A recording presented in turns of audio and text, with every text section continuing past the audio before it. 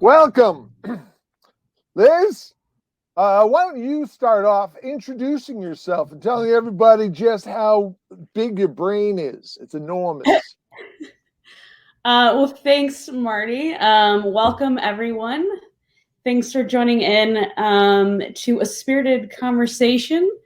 The good, bad, and the brainy. I've been told I'm the brainy of the outfit. So for those of you I don't know, Liz Rhoades, technical distiller and founder and principal at Spirit Safe Consulting.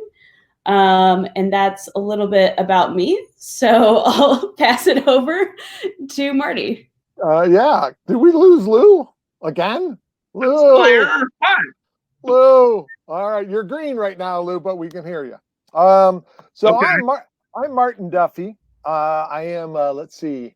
I've been in the biz, the spirit biz for many years, counting my bartending days. It goes back to 1990 when I was 12. And then I was, I was 14 years as a senior. I ended as a senior master of whiskey for DIAGEO, spent 2 years over in Ireland as their reserve brand ambassador. Working out of James's Gate. They didn't give me an office. I actually worked in James's Gate, right at the entrance in a cardboard box and a bucket. That's what they gave me. And then worked for Benedictine. I was the national brand ambassador for Benedictine French liqueur for a couple of years. Very glorious. Nah, not very glorious at all. And don't work for the French. And then spent 8 years as the co-producer of the Chicago Independent Spirit Expo here in Chicago. That's right. And then for the last 5.5 years, I have been the national, or actually the North American brand representative for the Glencairn glass. Oh, yes. Very nice. Yes, for the last 5 years, traveling at least the North American part of the globe. Promoting the glass and talking whiskey. Lew, to you. Thank you. I've been writing about whiskey since about 1996, 97, I guess. Before that, I wrote about beer. I was a librarian who kind of got just tired of it all and started writing about beer and took it for a full-time living and branched off into whiskey as well. So I write about both of those. I've been published in a number of places. Right now, I'm a senior drinks writer for the Daily Beast, writing for their half full section. I was the managing editor of Whisky Advocate Magazine for about 20 years. And I have 2 whiskey books you see behind me on the shelf. Tasting Whiskey, which came out in 2014, and my new book, Whiskey Masterclass, which just came out in mid-February. Excellent. I'm just, I don't know if I'm the good or the bad, but I'm just here to chat and drink. You're bad in a good way, Lew. That's why I like to think. Does that make you good in a bad way? Is that how we're going to work this? I'm bad in a bad way. I'm good. I don't know. I'm mediocre in a goodly kind of way. Want to jump on that first topic? Yeah. How about our first topic, Liz? Why don't you start us off? Sure. So, absolutely. So the way we're kind of structuring this, 3 fingers of conversation, if you will. So there's 3 of us, right? That's obvious. And each kind of session that we're doing, we're going to be presenting 3 topics. So 1 general, 1 COVID related, since we're being topical, and 1 geeky related.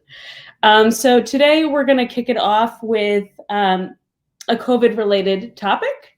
And so kind of the questions that we'd like to kind of talk about first are kind of what factors make a distillery more likely to survive in this climate? Are there any major distilleries kind of have potential of, going under? And then what are some of the factors that might play into, survival during this climate? So with that, I'll kick it off to Marty or Lew. Well, Lewis, you actually, this was something that you thought about. I did. This came out of a conversation we had late last week. I think we just started kicking some ideas around. There's a number of issues that are affecting distilleries' livelihoods right now. I mean, obviously, tourism has become a much bigger thing. I mean, I remember 20 years ago, it was hard to get a tour of a distillery. Still is in a lot of places. I know Canada has a lot of restrictions on distillery tours because of safety issues. But I mean, tourism has grown to be a huge part of a lot of big distillers. Scotch distilleries have actually, I mean, I know in some instances had to turn people away because they had so many. And small distillers here in the United States, the new craft distillers, a lot of times it's a big part of their budget. Having people in, serving cocktails in a tasting room, doing on-site sales. So I think that's a major factor. How much of your budget, how much of your brand building is based on that on-site visitation? Well, it's interesting. I wondered how many distilleries, and I know of a few, but I'm wondering currently in the U.S. we have anywhere between 1,700 and 2,000 distilleries. It's definitely over 2,000, yeah. Is there over 2,000 already? It is over 2,000. It's like bunny rabbits. I swear to God. I know, it's crazy. Multiply.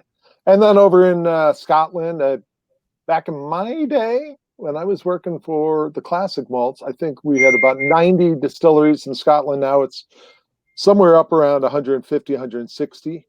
So that's massive in just 10 years. Ireland went from 3 to over 30 now? Well, they have at least 20 that are in operation. Others are in planning stages. 10 that are either being under construction or in planning stages, and then probably even more actually in the thought process. But I was wondering how many took a note from the craft brewers. Now, craft breweries, and Lew, you might have a better number on this as well. Last I saw, there was something like 6,000 in the U.S. And they're all 8,000. I know. It's just the last couple of years, it's been 1,000 new breweries a year. And now all of them, they were all finding the same problem of trying to find the real estate on tap handles and bars. And most bars that I know of who really prize their beer and do a pretty good business in beer usually do the seasonal thing. They'll change it out. So that continuous tap handle is almost a thing of the past. It's all rotating. But the real thing that has changed there is the advent of the tap room. I mean, a lot of small and tiny breweries, like 500 barrels or less a year, are getting along because they have a tap room and they sell everything right there. So they're getting the full cut from producer to on-site retailer. They get that whole profit boost, all that markup. Right. And that was, go ahead. And now they have nothing. And that's the same thing. There are definitely some small distillers in the U.S. that are experiencing that same thing. I'm actually in a weird situation in Pennsylvania because the governor closed all the liquor stores. We have a control state. The only place you can buy spirits in Pennsylvania by the bottle is either at one of the state liquor stores or at a Pennsylvania distillery. And bringing stuff in from out of state is illegal. Hardly anyone ever gets gigged on it, but it's been great for the Pennsylvania distillers. We actually had some small Pennsylvania distillers running out of vodka. I didn't even know that was possible. Right.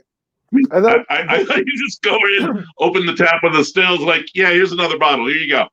Well, they were saying, though, I mean, it's been great for them, but off-premise sales supposedly soared anywhere 40-50% maybe even higher in some parts. And it was really, the big sellers weren't whiskey. It was vodka, gin, and tequila. A lot of people planned on buying a lot of limes and salt, I'm guessing, with that last one.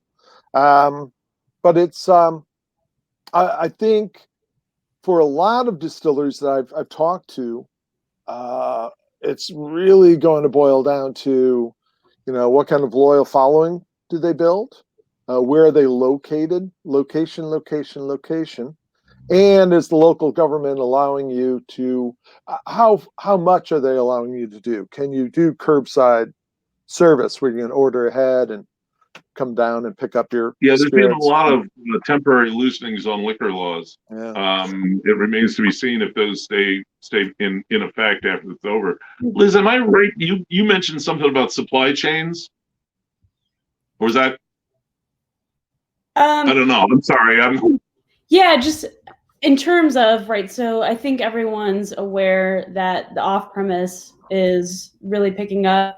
A lot of people are, at the liquor store if they can get to one in their states and stocking up. What's the thought on, supply versus demand if shelves are running out, but a lot of distilleries aren't producing right now? How is that going to affect, availability or pricing, or who does that really impact? I'm anticipating it impacts, a lot of the smaller craft distilleries. As you mentioned, they're just kind of keeping local, or they're selling a lot out of their tasting rooms, their tap rooms. Is that going to really have a big impact on the craft distillery market, or is that more on the bigger players? Well, that's a good question. I think it's going to have an impact on the pricing. I mean, I know, again, well, I'm not going to say I hate to keep bringing it back to beer. I don't mind bringing it back to beer because I know it. We're seeing an impact on pricing there already. Because coming into this, there were plenty of small brewers that were doing special releases and regularly turning over a 4-pack of cans for $25. And I think that's pretty much over. Nobody wants to pay that right now. Instead, they want to pay like $28 for a case. And I think you're seeing the same thing with small distillers. I don't know that the support is there for the prices that they've been getting. I like Dave Schmear's comment.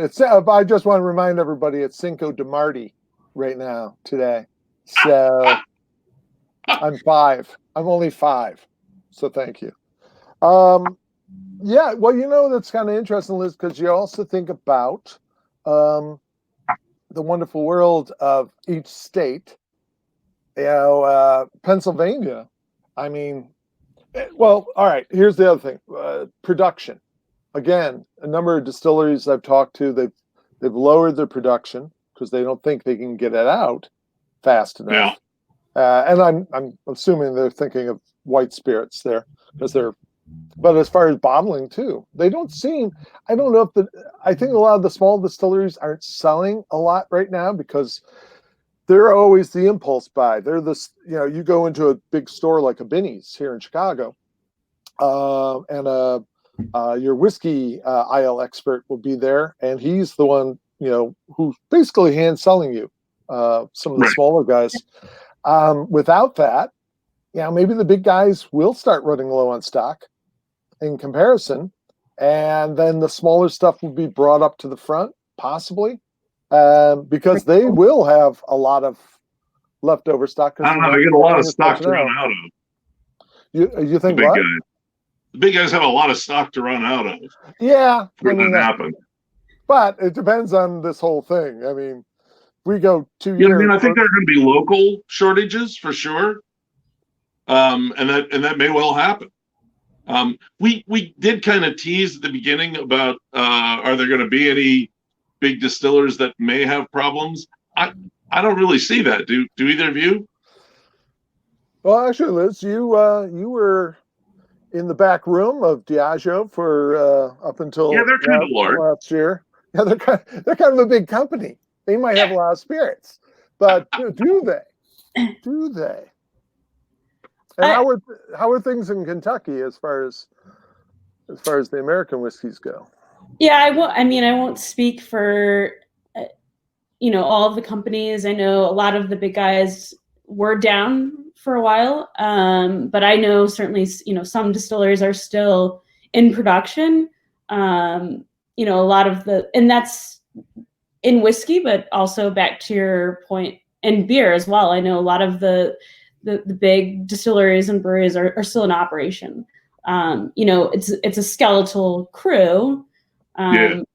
Right, and maybe it's pared down to what they can get by for current timing, but I would say a lot of them are still in operation, for sure. But I think it's, again, back to the conversation we had earlier about whiskey versus vodka, or even what are people wanting to stock up on currently, and what's available, right? So whiskey it takes a long time to produce, and forecasting that has always historically been, and not necessarily an issue, but there's been it's really hard to predict, right?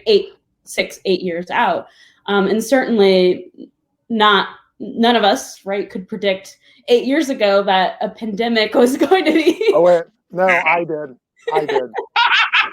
No one listened. Oh, Marty, you're just goofing around. No, predicted it. Year, date, everything. One thing I do want to see is a literal skeletal crew working at a distillery. I just think it would be kind of funny. It'd be like one of those old black and white cartoons.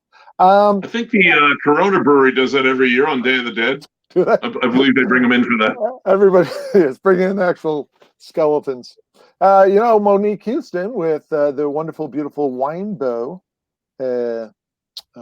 importers, distributors, says already seeing shortages as folks struggle to find bottle closures. There's something too. You don't think of is our bottle. Even if you have stuff laying down, can you get those stoppers? Can you get everything that goes into bottling it, and then you got to ship it out? I talked to a couple of small distillers in Pennsylvania who said they flat out ran out of bottles. Yeah, they couldn't. I mean, they have they have a custom mold made, and their supplier just isn't getting them to them. And then you have also the whole thing. Even though you have 2,000 plus distilleries in this country, and then abroad, distribution. Who was the company, the British company that was just setting up here this year when this all happened? Then they laid everybody off. It's actually a big spirit company, conglomerate corporation, but it's mainly over in Europe.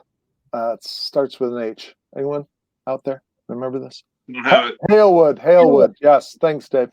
Halewood. So as soon as I know a guy locally who was just hired, and he was just fired, within weeks because of this. Wow. Thing. Yeah. So distribution, what's available in certain states? Think about, some states only have, they really rely on just the big brands, because small brands are always fighting for distribution. They're always looking, and a lot of times they're not set up, to get wider distribution and marketing, and most distributors won't take you if you don't have some feet on the ground. Yeah. So it's interesting. It's going to be kind of interesting if this continues on. However, it could be a real boom to a lot of locals, say in Illinois. A lot of local distilleries can get the spirits out. And so it might just be what the doctor ordered for them. Maybe not. All right, I think we've exhausted that with that little bit of. Let's move on to the geeky one. We were it's kind of a segue from the COVID part, in that I first thought about, let's talk about the hand sanitizer thing, and then realized that a lot of the distillers I've talked to, there's an issue with, can you make alcohol come off your still at 90%, 80%, which is where they want it for sanitizer purposes. Can you do that with a pot still? Can you do that with a hybrid still that a lot of the small distillers are using? And then we got into, how do these three main types of still, the pot still, the column still, the hybrid still, what makes them different, and why do we even have three different kinds? So next topic. Looking at you, Brain.